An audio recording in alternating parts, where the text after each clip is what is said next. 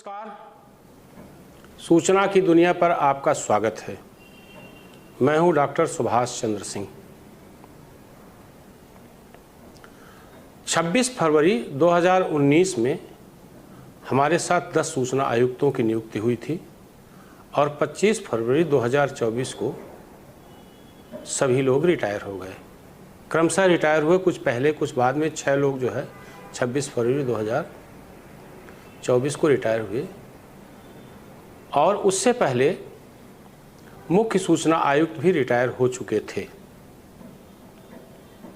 एक प्रकार से 26 फरवरी के बाद 25 फरवरी के बाद पूरा आयोग खाली हो गया था। 10 सूचना आयुक्त और एक मुख्य सूचना आयुक्त, सभी पद खाली थे। सभी के लिए विज्ञापन जारी हो गया था। मैंने 2-3 एपिसोड में मैंने बताया भी था इसके बारे में शुरू में कि कैसे सूचना आयुक्त की नियुक्ति होती है। मैंने उसके विज्ञापन और जो है प्रशासनिक सुधार विभाग का जो परिपत्र था उसको भी जारी किया था। 500 के करीब एप्लीकेशंस आई हुई थी मुख्य सूचना आयुक्त और सूचना आयुक्तों के लिए। बहुत कठिन था उत्तर प्रदेश सरकार के लिए कि 500 एप्लीकेशंस में सब एक से एक दिग्गज विद्वान इमिनेंट पर्सनालिटीज़, लेकिन अंततः उनकी नियुक्ति हो गई। मैंने जैसे कुछ समय पहले एपिसोड मैंने बताया था कि मुख्यमंत्री की अध्यक्षता वाली 3 सदस्यीय कमेटी मुख्य सूचना आयुक्त और सूचना आयुक्तों की नियुक्ति करती है, जिसमें मुख्यमंत्री, एक वरिष्ठ मंत्री मुख्यमंत्री द्वारा नामित और नेता विरोधी दल। सूचना आयुक्तों की नियुक्ति के लिए इस बार जो समिति बनी थी, मुख्यमंत्री जी उसके अध्यक्ष थे और मुख्यमंत्री जी द्वारा नामित वरिष्ठ मंत्री सुरेश खन्ना जी उसके सदस्य और नेता विरोधी दल श्रीमान अखिलेश यादव भी उसके सदस्य थे। 3 सदस्यों की समिति ने इनका चयन किया और चयन के बाद मुख्य सूचना आयुक्त और 10 सूचना आयुक्तों के नाम फाइनल हो गए और उनको आज जारी कर दिया गया। मैं आपकी जानकारी के लिए पहले उन नामों को पढ़ देता हूँ, फिर उनके बारे में जिसके बारे में जितनी जानकारी हमको मिली है वो जानकारी मैं आपको उपलब्ध कराऊंगा। मैं शुरुआत करता हूँ। श्री राजकुमार विश्वकर्मा जी मुख्य सूचना आयुक्त नियुक्त हुए हैं। श्री सुधीर कुमार सिंह सूचना आयुक्त, गिरिजेश कुमार चौधरी सूचना आयुक्त, डॉक्टर दिलीप कुमार अग्निहोत्री सूचना आयुक्त, प्रद्युम्न नारायण द्विवेदी सूचना आयुक्त, स्वतंत्र प्रकाश सूचना आयुक्त, मोहम्मद नदीम सूचना आयुक्त, राजेंद्र सिंह सूचना आयुक्त, श्रीमती शकुंतला गौतम सूचना आयुक्त, राकेश कुमार सूचना आयुक्त, वीरेंद्र प्रताप सिंह सूचना आयुक्त। 10 सूचना आयुक्त और एक मुख्य सूचना आयुक्त। जो हमारी जानकारी अभी तक मिली है, जिन सूचना आयुक्तों के बारे में थोड़ा बहुत जो जानकारी है आपसे साझा मैं कर रहा हूं। पहले मैं मुख्य सूचना आयुक्त के बारे में बात कर रहा हूं। आर.के. विश्वकर्मा जी। आर.के. विश्वकर्मा जी बहुत ही प्रतिष्ठित और बहुत कड़क पुलिस अधिकारी, 1988 बैच के IPS हैं और इन्होंने रुड़की IIT रुड़की से इन्होंने मैकेनिकल इंजीनियरिंग में स्नातक किया और टाटा में 2.5 साल तक काम किया और बताते हैं कि टाटा 407 को इन्होंने डिज़ाइन किया। फिर इन्होंने जो है IIT दिल्ली से कंप्यूटर साइंस में मास्टर की डिग्री ली और वहीं से आर्टिफिशियल इंटेलिजेंस में इन्होंने PhD की। अब आप समझ सकते हैं कि कितने उच्च शिक्षित हैं। कई जिलों में ये पुलिस प्रमुख रहे, DIG रहे, IG रहे, ADG रहे और पुलिस भर्ती एवं प्रोन्नति बोर्ड के अध्यक्ष थे और इन्होंने पुलिस विभाग के कंप्यूटराइजेशन में बड़ी भूमिका निभाई और सेवानिवृत्ति से पहले ये DGP बनाए गए थे। मुख्यमंत्री योगी आदित्यनाथ के पसंदीदा अफसर रहे, इसलिए इनको प्रमुख पदों पर उन्होंने रखा। और सूचना आयुक्त अगर ये नियुक्त किए गए हैं मुख्य सूचना आयुक्त, तो मुख्यमंत्री जी ने यह समझकर इनको नियुक्त किया होगा कि कम से कम सूचना आयोग जैसी प्रतिष्ठित संस्था इनके नेतृत्व में अच्छा काम करेंगे। दूसरा नाम है सुधीर कुमार सिंह। ये मूल रूप से पीपीएस अफसर हैं। बहुत सालों तक इन्होंने कई जगहों पर जो है क्षेत्राधिकारी के रूप में यानी सीओ के रूप में काम किया, एडिशनल एसपी रहे। बाद में ये आईपीएस बने। आईपीएस बनने के बाद जो लास्ट नौकरी उनकी रही वो डीआईजी के रूप में ये रिटायर हुए। और जब मैं जिन लोगों का नाम मैं बोल रहा हूँ, आप उनके चित्र भी देखेंगे, जिनका चित्र हमको उपलब्ध है वो चित्र भी आप देखेंगे। और बैकग्राउंड में आप 11 लोगों के जो है नाम की जो सूची है मैं वो भी डाल रहा हूँ।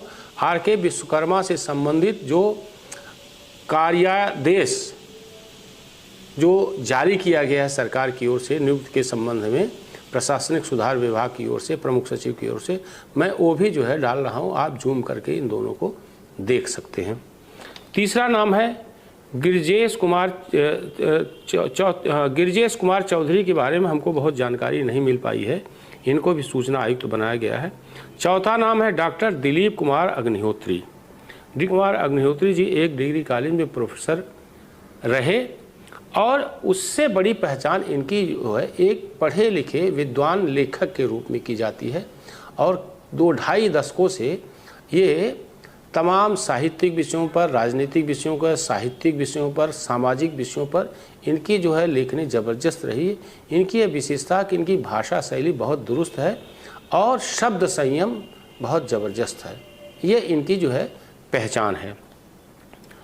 और पांचवा नाम है प्रद्युम्न नारायण द्विवेदी।